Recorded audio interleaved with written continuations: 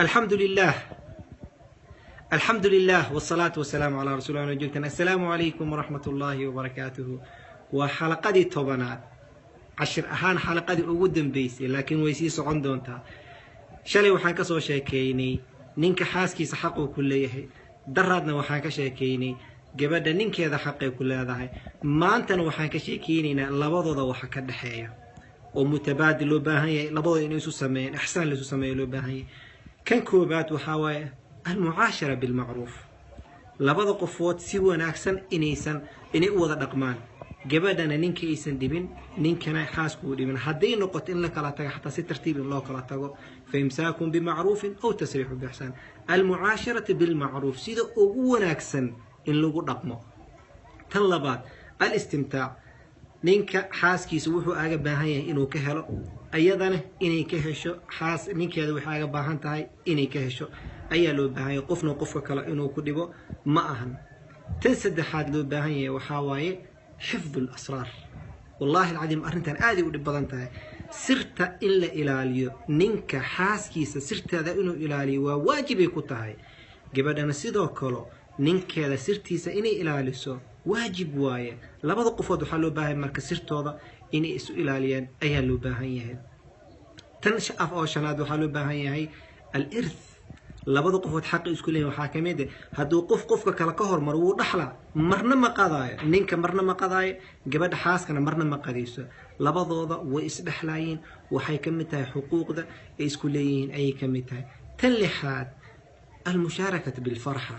labada qofood haduu qofkan faraxsan yahay inay iyada la faraxdo haduu asiga faraxsan yahay inuu asiga la farxo ayaa loo baahan yahay tan todobaad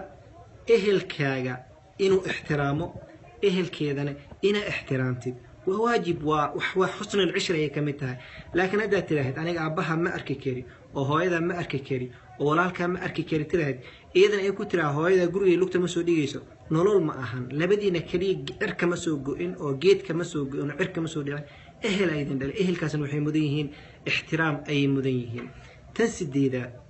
loo baahan yahay aan ku soo gabagabeyn number ahaan waxa way at-tahammul in la soo dulqaataa loo baahan yahay والله وحيالا قاركود غورو ku burburay hada aragtid waa naxaysa marka qaarkood markii qisooyin laga sheekay ama la keen masaajidka ay yimaadaan nini xaaskiis wallahi waxay isku fureen hatta caruur isku madisho labada qof waxa loo baahan yahay marka inuu dulqaato ninka waxaan leeyahay ilaahi aduu talqooyinka ku dhiibay wuxuuna kugu dhiibay waxa waaye inaad taxamushid raganimo inaad ka adkaysi badan tihid ayuu kugu dhiibay waxa loo baahan yahay marka amaanadu ilaahay ku dhiibay si fiican inuu ilaalisto loo baahan yahay oo markasta marka xanaatid inaad ku tuurtid ma ahan waxyaalaha yaab kale marna qofnooy waxay kamid waxay tiri waxaan arki jiray tiri ninkeedii ka dacwoonaysa ninkeeda itiraah ifur laakiin nin naagtiisa ku cabsina markasta waa ku fura ma arkin illa waxay tiri furitaanka dacaadi uu leeyahay haduu ku furay raxta caadi furitaan kubka ugu dambeeyay la isticmaalo waa gabadhana macna la'aan ama sabab la'aan ninkeeda inay furitaan u iidan weydiiso qalad way marka waxa loo baahan in la soo dulqaataa loo baahan yahay ninkan waxaan leeyahay hadaa u baahanteed gabar oo 100% adduunyada ma joogto jannada ka helaysaa gabar leedahay walaalna waa kula dhalatay waa xaasna waa leedahay